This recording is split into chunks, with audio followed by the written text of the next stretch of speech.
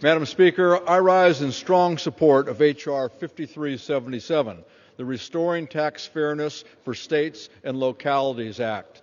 This bill would temporarily repeal the SALT cap in order to restore fairness in our tax code and provide Congress time to develop more comprehensive tax reform. The current cap on the state and local tax deduction reflects the sloppy and cynical nature of the 2017 Republican tax bill. This bill was hastily rammed through Congress in just 51 days, without a hearing, without an opportunity to hear from state and local governments, and without an opportunity to hear from teachers or first responders.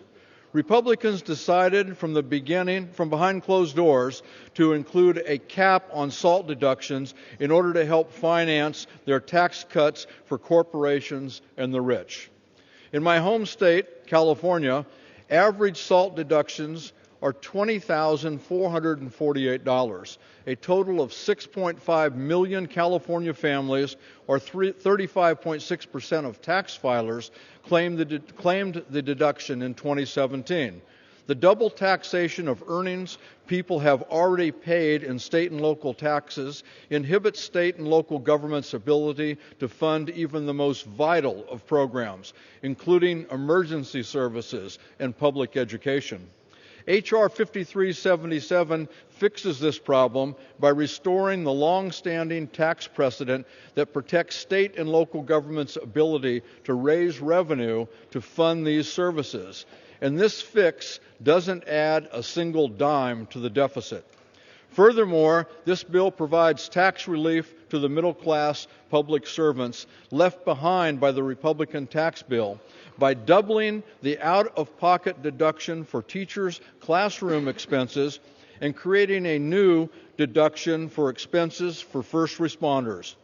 In 2017, 354,990 teachers in California claimed the educator expense deduction, and they will all get double under this bill.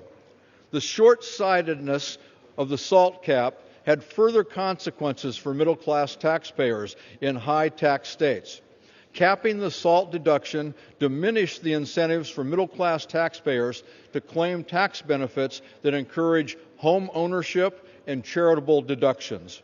By limiting the SALT deduction and raising the standard deduction, fewer middle-class taxpayers benefit from taking the mortgage interest deduction and charitable giving deductions. Home ownership is an important way for middle-class families to build wealth.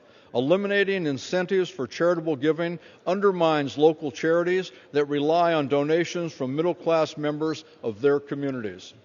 I think my colleagues from both sides of the aisle can agree that these are the types of behavior we should be encouraging through our tax code.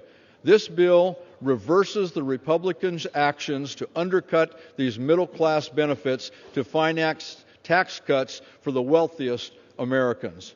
Finally, this bill isn't about cutting taxes for high earners. This bill is about tax fairness, ensuring that taxpayers are not double taxed by being required to pay federal income tax on earnings they pay in state and local taxes, and appeals to the core tenets of our federalist system.